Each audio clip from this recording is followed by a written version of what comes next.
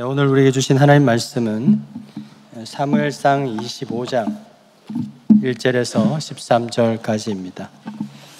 사무엘의 죽음에 온 이스라엘 무리가 모여 그를 두고 슬피 울며 라마 그의 집에서 그를 장사한지라. 다윗이 일어나 바란 광야로 내려가니라. 마온에 한 사람이 있는데 그의 생업이 갈멜에 있고 심히 부하여 양이 3,000마리요 염소가 1,000마리이므로 그가 갈멜에서 그의 양털을 깎고 있었으니 그 사람의 이름은 나발이요 그 아내의 이름은 아비가일이라. 그 여자는 총명하고 용모가 아름다우나 남자는 완고하고 행실이 악하며 그는 갈렙 족속이었더라. 다윗이 나발이 자기 양털을 깎는다 함을 광야에서 들은지라. 다윗이 이에 소년 10명을 보내며 그 소년들에게 이르되 너희는 갈멜로 올라가라. 나발에게 이르러 내 이름으로 그에게 문안하고 그 부하게 사는 자에게 이르기를 너는 평강하라. 내 집도 평강하라. 내 소유의 모든 것도 평강하라. 내게 양털 깎는 자들이 있다 함을 이제 들었노라. 내 목자들이 우리와 함께 있었으나 우리가 그들을 해하지 아니하였고 그들이 갈멜에 있는 동안에 그들의 것을 하나도 잃지 아니하였나니 내 소년들에게 물으면 그들이 내게 말하리라. 그런즉 내 소년들이 내게 은혜를 얻게 하라.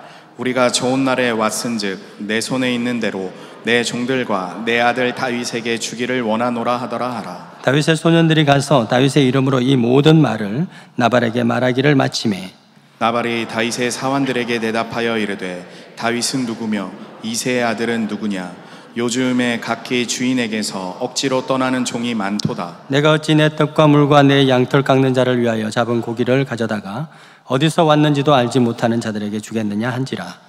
이에 다윗의 소년들이 돌아서 자기 길로 행하여 돌아와 이 모든 말을 그에게 전하며 다 같이 읽겠습니다. 다윗이 자기 사람들에게 이르되 너희는 각기 칼을 차라 하니 각기 칼을 차매 다윗도 자기 칼을 차고 400명 가량은 데리고 올라가고 200명은 소유물 곁에 있게 하니라. 아멘. 오늘 읽으신 사무엘상 25장 1절을 보시면 사무엘의 부고 소식과 함께 시작하고 있습니다. 지금 다윗의 마음은 어떨 것 같습니까? 다윗의 영적인 아비였던 사무엘이 소천하셨습니다. 그런데 광야에 쫓겨다니면서 조문도 가지 못하는 그런 상황에 있지요. 얼마나 슬프고 원통한지 모릅니다. 사무엘의 죽음은 바야흐로 다윗으로 하여금 홀로 서기를 시작하게 하는 그런 의미가 있습니다. 그동안 사무엘은 여러모로 다윗에게 알게 모르게 큰 힘이 되었고 의지가 되어 왔는데 이제 사무엘이 소천하고 다윗이 홀로 서게 되었다. 자신의 삶을 홀로 헤쳐나가야 되는 것이죠. 여러분, 이 상황에서 어떨 것 같습니까? 저에게도 가장 큰 의지가 되었던 두 목사님이 계신데 한 분은 저의 선친이신 목사님이시고 또 한 분은 저의 큰 형인 목사님이었습니다. 어디 이렇게 모임을 가거나 모임을 가면 그 두 분 때문에 제가 지금까지 살아오면서 많은 덕을 보았죠. 그래서 선친 목사님을 아시는 분들은 저를 보면서 아유, 오 목사 아들이군. 그러면서 아유, 앞으로 목회 잘하겠네 라고 이렇게 기본 이렇게 점수를 한 50점 이렇게 깔고 들어가는 그런 덕을 보게 되었고 또 젊은 세대 목사님들한테 가면 아유, 당신이 오 목사 동생인가? 그러면서 이래 막 소개를 해줍니다. 그러면 제가 이제 교제의 폭이 굉장히 넓어지고 그 목사님들 세계에서 좀 이렇게 친근감이 있어지는 그런 덕을 보게 되었죠. 이처럼 저에게 큰 의지가 되었던 두 분의 목사님들께서 소천하신 이후에 저는 이 세상에서 정말 혼자 된 그런 느낌을 받았습니다. 계실 때는 몰랐는데 두 분 다 안 계시고 나니까 제 마음이 얼마나 불안하고 막막하고 한동안 힘들었습니다. 다윗도 그랬을 겁니다. 사울을 피해서 광야로 지금 도망다니는 그런 신세였습니다. 그렇지만 그래도 사무엘이 계셨기 때문에 언제든지 또 언젠가는 돌아갈 수 있다는 그런 소망이 있었을 겁니다. 그런데 이제 사무엘의 죽음을 통해서 다윗은 그 소망이, 그 여망이 없어지게 된 것이죠. 다윗의 지금 상황이 얼마나 힘든지는 1절 마지막을 보시겠습니까? 다윗이 일어나 바란 광야로 내려갔다 하는 그 말 속에 함축되어 있습니다. 바란 광야. 여러분, 바란 광야는 24장의 엔게디보다 훨씬 아래쪽에 있습니다. 민수기 13장에 보면 모세가 12명의 정탐꾼을 보내지 않습니까? 가데스 바네아 있는 바로 그곳이 바란 광야입니다. 지금은 이집트 국경 안에 있습니다. 그래서 평소에는 갈 수 없고 1년에 딱 하루 문이 열립니다. 그때 제가 한번 들어가 봤는데 정말 이렇게 황량하고 넓은 그런 곳이 바로 바란 광야입니다. 그러니까 이스라엘과 이집트 국경 지역에 있다는 것이죠. 그러므로 다윗이 이 바란 광야에 내려갔다는 것은 무슨 의미냐? 더 이상 이스라엘 땅에서 발붙일 곳이 없게 되었다 하는 뜻입니다. 말하자면 다윗의 인생이 갈대까지 갔다는 겁니다. 그러니까 바닥을 쳤다라는 의미를 보여주고 있는 것입니다. 오늘 다윗에게 보여준 이 나발의 행태를 보면 지금 다윗이 처한 상황이 얼마나 힘든가 하는 것을 증명해 주는 것 같습니다. 바란 광야와 엔게디 그 사이에 조그만한 어떤 영역이 있는데 바로 그것을 마온이라고 부릅니다. 자, 2절에 나발이라고 하는 사람에 대해서 이렇게 소개하고 있습니다. 그는 생업이 갈멜에 있고 심히 부자여서 양이 3,000마리요 염소가 1,000마리다. 여기 갈멜은 엘리야의 그 갈멜과는 다른 지역의 갈멜이죠. 성경에서 사람을 소개할 때 대부분 일반적으로 어떻게 합니까? 누구의 아들, 누구의 증손, 현손 그러면서 계보를 쭉 이야기해 줍니다. 근데 오늘 이 나발을 소개할 때는 어떻게 하고 있죠? 그가 얼마나 부자인가 하는 것을 소개하고 있습니다. 여러분들은 다른 사람들이 여러분들을 소개할 때 어떻게 소개해 주면 기분이 좋으십니까? 저는 목회자들 모임에 가면 많은 분들이 이렇게 소개합니다. 오영구 목사 아들입니다. 그리고 좀 젊은 세대 목회자들 가면 오영성 목사 동생입니다. 이렇게 소개를 합니다. 자, 그렇게 소개를 받으면 제 기분이 어떨까요? 나쁘지 않습니다. 그렇다고 해서 막 기분이 좋거나 흐뭇하거나 뿌듯하거나 자랑스럽거나 막 그런 것도 아닙니다. 왜냐하면 나는 난데 왜 내가 누구의 아들이며 누구의 동생으로 이렇게 소개를 받아야 되는가 하는 그런 불만이 살짝 있기 때문에 그런 것이죠. 기분 나쁜 건 아닌데 그렇다고 해서 기분이 좋거나 막 그렇지도 않습니다. 그런데 어떤 모임에 갔는데 저를 이렇게 소개합니다. 신용산교회 담임 목사입니다 라고 소개를 하면 제 기분이 어떨까요? 아주 좋습니다. 너무 좋습니다. 내가 굉장히 대단해 보이고 자랑스럽고 최근에는요 더 좋습니다. 그렇게 말해주니까 더 좋아요. 근데 여러분, 이것이 바로 인간의 욕심이죠. 사람들은 자기를 소개해 줄 때 존재론적으로가 아니라 뭔가의 소유를 가지고 소개받기를 원합니다. 내가 얼마나 부자인가, 내가 얼마나 성공한 사람인가, 그것을 통해서 내가 누구인가를 알려주기를 원하는 것이죠. 그래서 사람들의 어떤 분들의 명함을 보면, 비즈니스 카드를 보면 앞에 그냥 조그만하게 내가 누구다, 연락처 막 일일이 적기 힘드니까 그 정도 하면 되는데 그분들의 뒷면에 보면 과거에 뭐 했는지 이력이 빽빽하게 적혀 있는 것도 보게 됩니다. 주로 정치하시는 분들이 그런 것 같은데요. 이건 뭐냐면 과거에 내가 했던 그 이력, 나의 소유, 그것을 통해서 나를 알리고 싶은 것입니다. 또한 사람들은 내가 얼마나 비싼 집에 사느냐, 비싼 차를 몰고 있느냐, 또 비싼 명품 가방 또는 어떤 장식품을 가지고 있느냐, 그것을 통해서 나를 알려주려고 합니다. 그래서 요즘은 자동차를 사더라도 뭐 얼마나 안전하냐, 또 승차감이 좋냐, 그거보다 하차감이 얼마나 좋으냐, 내릴 때 얼마나 내가 멋지게 보이느냐, 그게 중요하다 그래요. 특별히 젊은 분들이 그런 것 같습니다. 하차감이 좋아야 된다. 내릴 때 뽀대가 나고, 그래서 사람들은 짝퉁이라도 명품 하나씩 들고 다니려고 하는 거죠. 이 소유로서 나 자신이 이런 사람이다 소개하고 싶은 것입니다.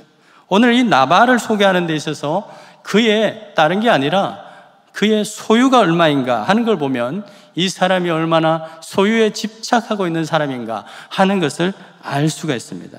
자, 이런 사람의 특징이 뭘까? 크게 세 가지만 한번 보십시다. 하나는, 첫 번째는 뭐냐 하면, 이 소유에 집착하는 사람은 자기보다 덜 가진 사람을 무시하는 경향이 있는 것이죠.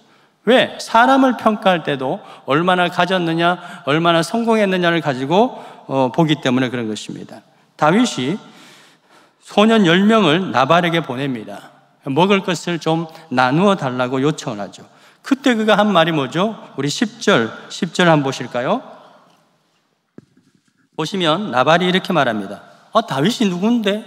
이새의 아들이 누구냐? 요즘 주인에게서 도망치는 종들이 있다고 하던데 그런 사람 아니냐? 내 떡과 내 물과 내 양털 깎는 자를 위한 이것들을 왜 근본도 알지 못하는, 어디서 왔는지도 알지 못하는 저들에게 줘야 된단 말인가? 라고 하면서 말합니다. 여러분, 이 얼마나 무시하는 발언입니까?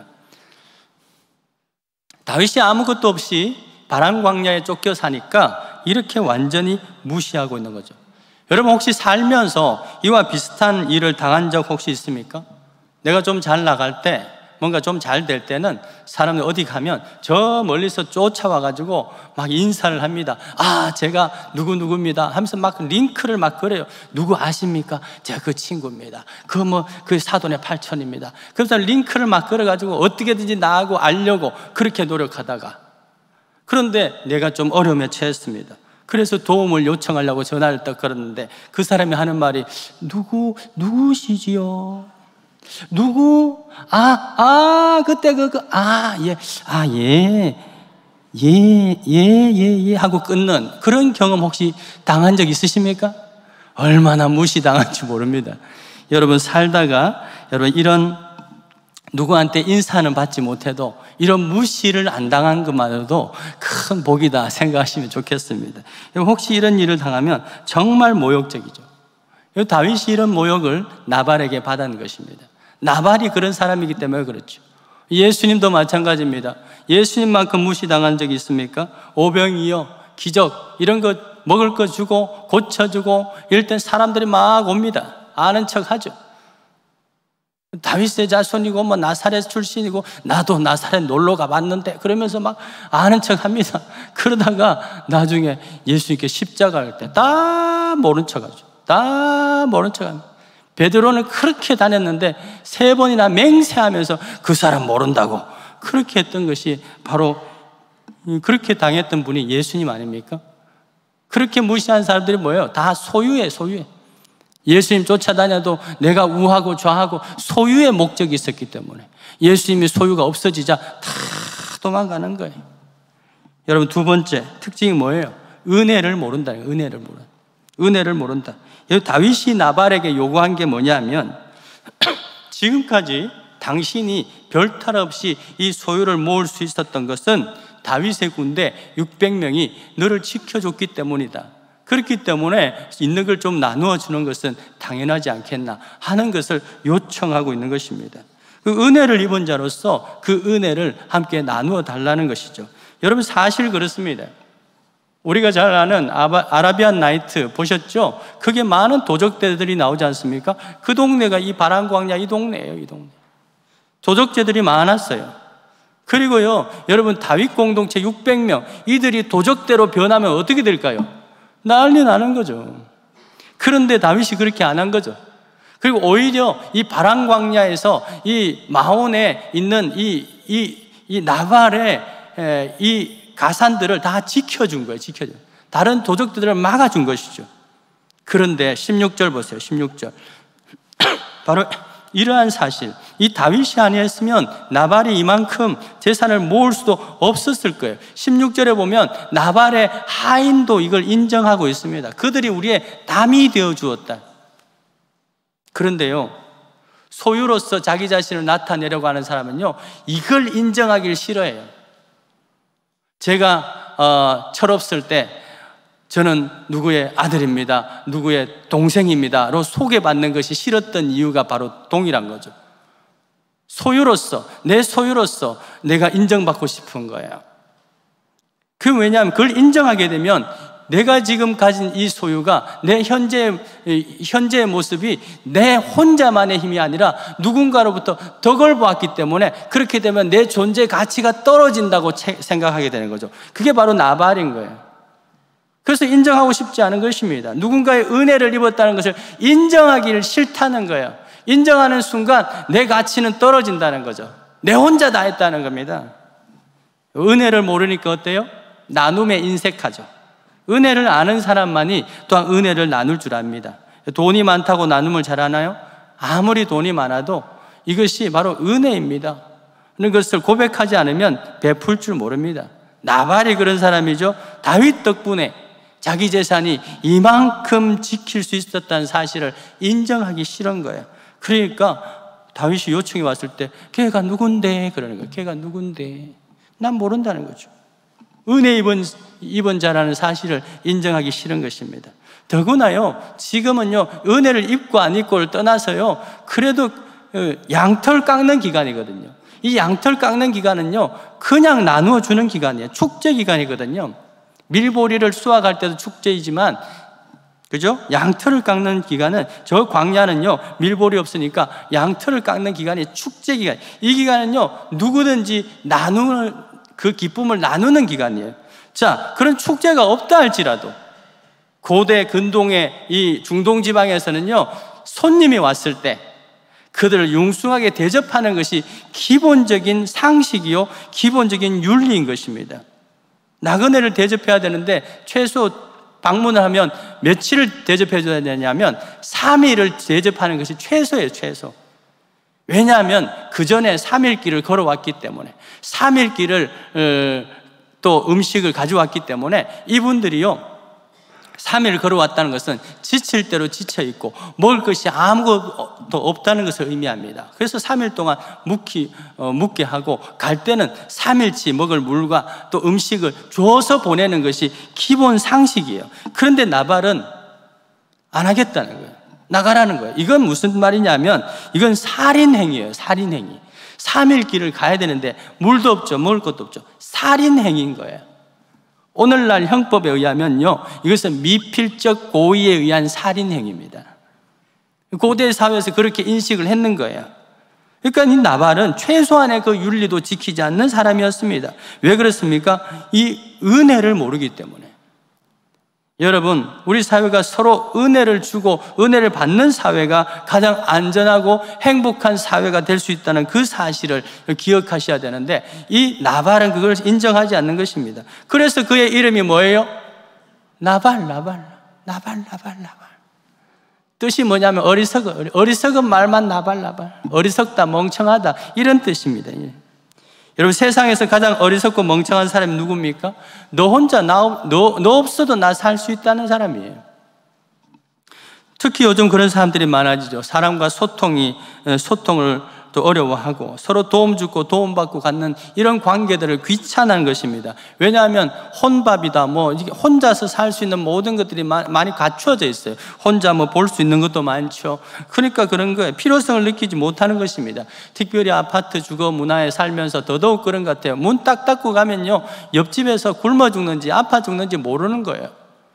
그러다가 한두 달 지나서 이 집에 고지서가 왜 이래 쌓이나? 근데 냄새가 쿰쿰하게 나요. 그러면 119 불러가지고 문을 따보니까 몇 달 전에 돌아가셨는 거예요. 여러분, 이런 뉴스들 많이 보지 않습니까? 이건 비극입니다, 비극. 왜 비극일까요? 하나님의 창조의 원리를 거스르기 때문에. 하나님은 사람이 혼자 사는 것이 좋지 않다 그랬어요. 왜? 하나님의 존재 방식, 삼위 하나님이 공동체 안에서 서로 사랑하며 서로 도우며 정말 그렇게 사는 방법으로 우리에게 돕는 배필을 주었는데, 돕는 사람들을 곳곳에 주었는데, 우리는 뭐예요? 서로 은혜 주고 은혜 받는 그 관계로 창조하셨는데 사람들은 그걸 싫어하는 거예요. 하나님은 그렇게 사는 것이 가장 서로 은혜 주고 은혜 받고 도움 주고 도움 받는 그런 관계가 가장 행복한 관계다, 그렇게 창조하셨는 것입니다. 우리의 신앙생활도 마찬가지겠죠. 혼자 신앙생활을 하는 것이 어쩌면 편하고 유쾌할 수도 있습니다. 그런데요, 지혜자, 전도서를 기록한 그 지혜자는 이렇게 말하죠. 한 사람이면 실패한다. 그런데 두 사람이라야 겨우 맞설 수 있다. 부부가 같이 그냥 신앙생활 하면 겨우 그냥 유지할 수 있다는 거예요. 그런데 세 겹줄이면 끊어지지 않는다는 것입니다. 여러분, 바로 이것이 인생을 오래 살아본 지혜자가 깨달은 그러한 지혜인 것입니다. 삶의 지혜, 또한 신앙생활의 지혜인 것이죠. 하나님은 우리가 서로에게 서로 은혜를 주고받는 그러한 관계가 되기를 소망하신 것입니다. 그러므로 우리의 이 셀 예배가 지속되어야 되는 이유가 바로 여기에 있는 것이죠. 주일 대예배만 딱 드리고 우리끼리만 그냥 혼자서 하는 것은요, 여러분, 그렇게 해도 혼자 신앙을 잘 지킬 수 있다 하는 것은요, 무모한 생각이라고 할 수 있습니다. 여러분, 예수님께서 말씀하셨죠. 두세 사람이 내 이름으로 모인 곳에 나도 그들 중에 있다고 말씀하셨죠. 이건 무슨 뜻인지 아십니까? 적어도 두세 사람이 함께 모여서 기도하고 말씀을 나눌 때, 그때 바로 하나님의 온전한 뜻을 알 수 있다는 그 말이에요. 혼자서 성경 읽고 막 하다가 이상하게 해가지고 막 이상하게 갈 수도 있는 것입니다. 두세 사람이 함께 말씀을 나누고 또 기도하고 어떤 문제가 있을 때 그 기도하고 말씀을 통해서 대답을 받을 때, 그때 온전한 길, 하나님의 뜻에 맞는 합한 그 길을, 그런 결정을 할 수 있다는 말씀이 마태복음 18장 20절의 말씀이에요. 두세 사람이 있는데 하나님이 임재한다, 막 그런 뜻이 아닙니다. 여러분, 그러므로 이 셀 공동체는 프로그램이 아닌 거예요. 선택사항이 아닙니다. 우리의 신앙이 건강하게, 건전하게, 또 교회가 건전하게 세워지기 위한 필수사항인 것을 기억하시기 바랍니다. 세 번째로, 이 소유로서 자기를 나타내려고 하는 사람의 특징은 뭐냐 하면 말이 안 통한다는 거예요. 말이 안 통한다, 완고하다. 17절 보세요. 하인이 나발에 대해서 뭐라고 말하죠? 주인은 불량한 사람이라. 주인은 불량한 사람이라. 더불어 말할 수 없나이다. 소통이 안 된다는 거죠. 이 사람은 소유가 전부이기 때문에 소유로 다 평가합니다. 사람에 대해서 다윗을 소개하는데 그 사람 부자냐? 안 부자인데요. 그럼 됐어, 필요 없어 뭐. 그가 얼마나 가지느냐, 얼마나 성공했느냐, 왜? 자기가 그렇게 성공했으니까. 그걸로 모든 사람을 평가하는 거예요. 그런 사람은요, 말해봐야 안 통한다는 겁니다. 왜? 자기만 옳은 거예요. 자기 방식이 옳은 겁니다. 자기 주장이 강하고 완고합니다. 그런데요, 불행한 것은요, 사람들이 그를 어떻게 평가하느냐, 성경이 어떻게 그렇게 그 사람을 평가하느냐에 있습니다. 하인들이 말하죠. 그런 불량한 사람이라, 미련한 사람이라. 부인도 그렇게 말해요. 부인도, 옆에 사는 부인도 그렇게 말하고 있습니다. 참으로 비극 아닙니까? 무엇보다도 성경에 기록되죠. 하나님이 그렇게 평가하는 거예요. 사람들에게 인정받지 못하고 하나님께도 인정받지 못하는데 나 혼자 잘났다고, 내가 옳다고 하는 사람, 제일 불쌍한 사람이죠. 나발 내가 맞다고 나발. 제일 불쌍한 사람. 여러분, 근데 오늘 이 말씀을 보면요, 참으로 아이러니하면서도 믿기지 않는 사건이 하나 있어요. 그 뭐냐면 이 나발에게 절대로 어울리지 않는 아름다운 아내가 있다는 사실. 여러분, 그의 이름이 뭡니까? 아비가일. 가알, 아마도 구원, 나의 아버지는 구원자다, 뭐 그런 뜻인 것 같아요. 아비가일에 대해서 어떻게 소개하고 있죠? 3절 보세요. 3절 보시면 그 여자는 총명하고 용모가 아름답다라고 하죠. 여러분, 그녀를 존재론적으로 소개하고 있어요. 총명하다는 뭐냐면 토바트 셰켈이라고 하는데요, 그래서 사려가 있고 분별력이 있고 또 판단력이 있다는 뜻입니다. 얼마나 그렇습니까, 여러분? 그렇죠, 아비가일. 용모가 아름답다, 야파트 토아르라고 하는데요, 이건 뭐냐면 단지 외모적인 것만이 아니라 그녀의 전인적인 아름다움을 표현하고 있는 단어예요. 사무엘상 16장 18절에 보면 다윗을 소개할 때 이렇게 말하고 있어요. 그는 호기와 무영과 구변이 달변하다. 그리고 구변이 있는 준수한 자다. 그러니까 토아르, 야파트 토아르, 준수한 자다. 여기서 준수한 토아르인데요, 여기서 보십시오. 다윗의 외모에 대해서 말하고 있습니까? 아니요. 그의 인성과 실력과 그의 어떤 인격을 칭찬하면서 준수하다, 토아르라고 말하고 있죠. 그의 전인적인 아름다움을 말하고 있습니다. 물론 아비가일의 외모가 출중할 수 있을 거예요. 그러나 성경은 그녀의 전인적인 아름다움을 칭찬하고 있습니다. 여러분, 그녀의 아름다움이 오늘 이 본문 안에서 읽지는 않았지만 사무엘상 25장 안에서 그녀의 아름다움이 무엇으로 표현되고 있습니까? 그녀가 아름답다는 것을 무엇으로 알 수 있습니까? 그녀가 하는 말을 보면 압니다. 말을 통해서 저는 아름다움을 느낍니다. 이 나발의 어리석음을 여러분들은 무엇을 통해서 알 수 있습니까? 그가 하는 말을 통해서, 그가 얼마나 못난 사람인지는 말을 통해서 알 수 있는 것이죠. 나발이 뭐라 그랬습니까? 다윗을 분노하게 만들었죠. 용사 40명을 이끌고 본때를 보이러 400명 이끌고 나발에게 올라갑니다. 이 소식을 들은 아비가일이 어떻게 하죠? 먹을 것을 바리바리 싸가지고 18절에 보세요. 막 싸가지고 다윗을 만나러 갑니다. 23절 보세요. 아비가일은 다윗을 만나자 납작 엎드립니다. 납작 엎드려요. 그러면서 다윗에게 이렇게 말하죠. 28절에서 31절 제가 한번 읽어보겠습니다. 주의 여종의 허물을 용서하여 주옵소서. 여호와께서 반드시 내 주를 위하여 든든한 집을 세우리니 이는 내 주께서 여호와의 싸움을 싸우시며 내 주의 일생에 내 주에게서 악한 일을 찾을 수 없음이니이다. 사람이 일어나서 내 주를 쫓아 내 주의 생명을 찾을지라도 내 주의 생명은 내 주의 하나님 여호와와 함께 생명싸개 속에 있을 것이요 내 주의 원수들의 생명은 물매로 던지듯 여호와께서 그것을 던지시리이다.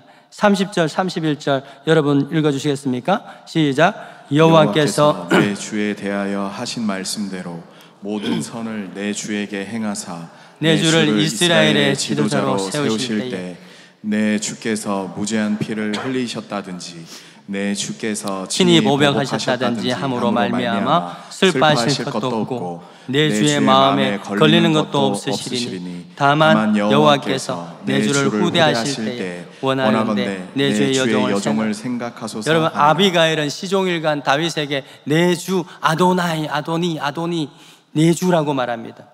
그녀가 말한 내용의 그 핵심이 뭐예요? 여호와께서 반드시 내 주 다윗을 온 이스라엘의 지도자로 세우시고 그의 가문을, 그의 가정을, 집을 든든히 세우실 텐데 그러기 위해서는 무죄한 피를 흘리는 실수를 하거나 친히 보복하는 일로 말미암아 당신의 마음이 슬퍼하거나 걸리는 일이 없어야 되지 않겠습니까? 말도 어떻게 이렇게 예쁘게 하는지요. 여러분, 지혜롭고 아름다운 말 아니겠습니까? 남편의 허물은 철저히 인정하고 용서를 구하면서도 다윗이 대업을 이루는데 흠결이나 실수가 생기지 않도록 그렇게 깨우쳐주게 되죠.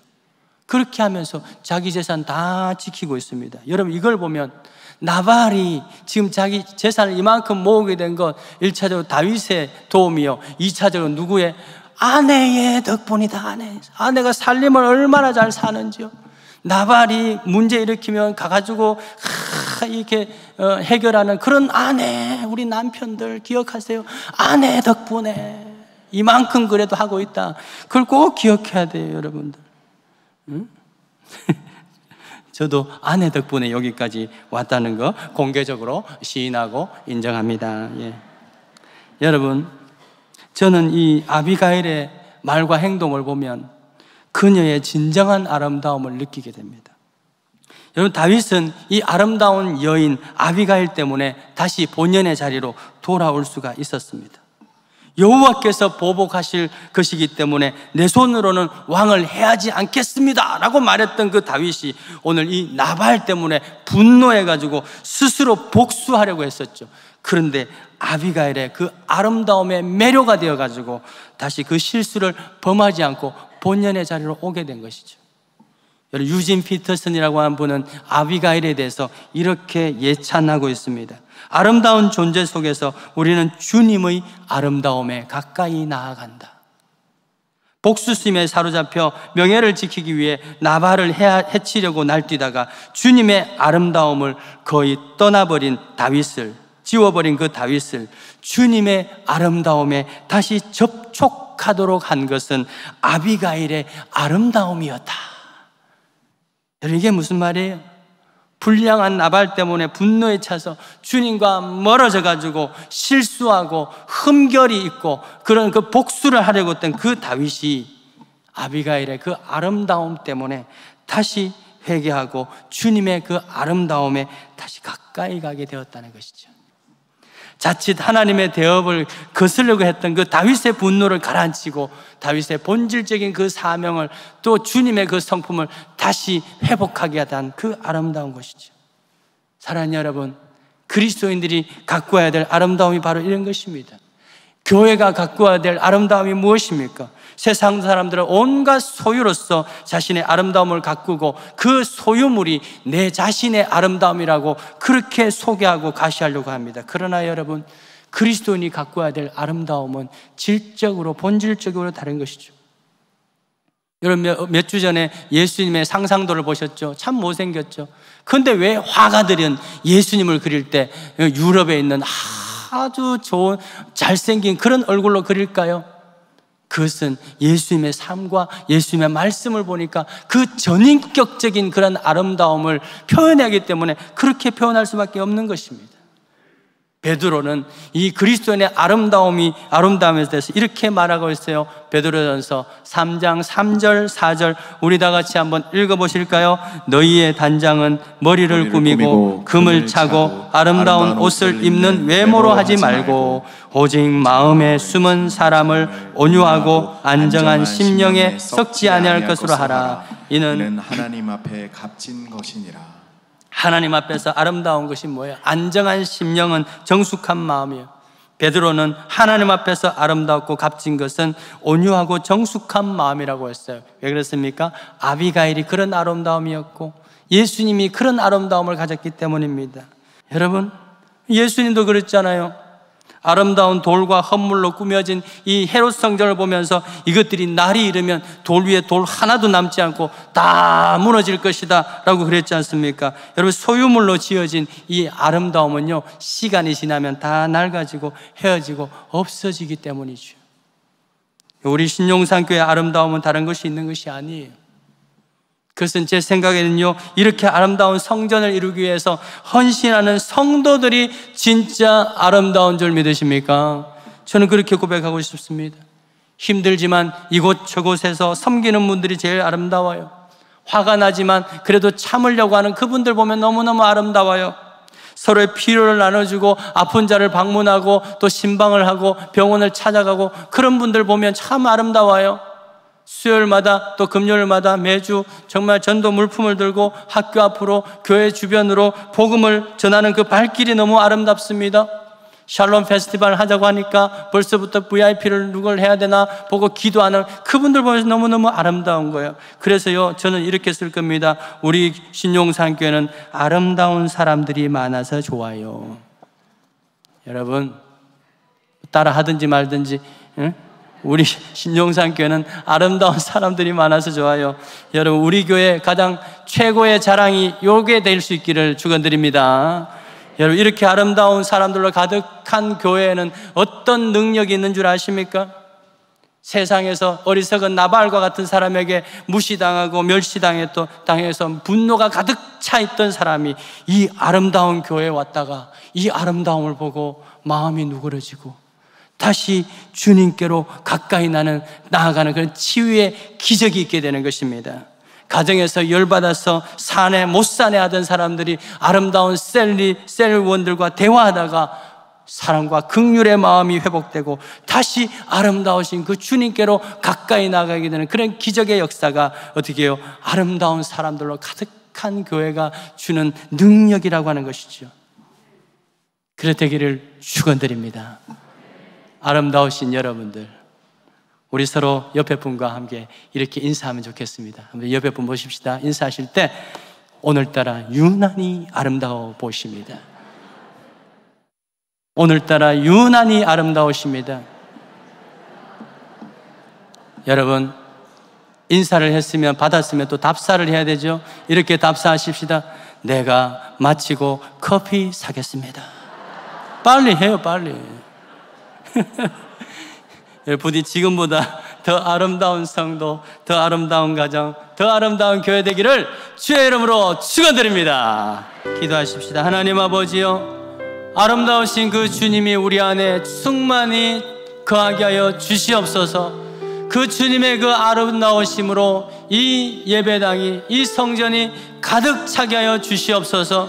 그리하여서 세상에서 나발과 같이 어리석은 사람에게 멀시하고 당하고 무시당하고 또 원망하는 마음, 목수하는 그런 마음, 분노가 있던 사람들이 이 성전에 와서 주님의 그 아름다운 사람으로, 영으로 가득 차 있는 우리 성도들을 바라보며 또한 주님께 가까이 나아가게 되는 그 마음들이 누그러지고 회복되고 주님께 가까이 나아가게 되는 치유와 회복의 기적이 우리 교회 안에서 일어나게 하여 주시옵소서. 우리를 그렇게 사용하여 주시옵소서. 하나님, 이번 샬롬 페스티벌을 통하여서 세상에서 온갖 또한 어려움 통해서 고난받고 있는 자들, 광야에 있는 자들, 또한 우리 아름다운 교회 공동체 안에 또 초대되어 그 아름다운 가운데서 주님을 경험하게 되는 놀라운 기적의 역사 일어나기를 소망합니다. 주님, 오늘 이 주님 앞에 귀한 예물을 올려드리는 이 아름다운 손길들을 축복하여 주시고 더 많은 체험이 있게 해주시고 그 체험의 은혜가 또 그들을 통해서 흘러나가게 되는 복음의 통로, 은혜의 통로가 되게 하여 주시옵소서. 모든 말씀 예수 그리스도의 이름으로 기도드립니다. 아멘.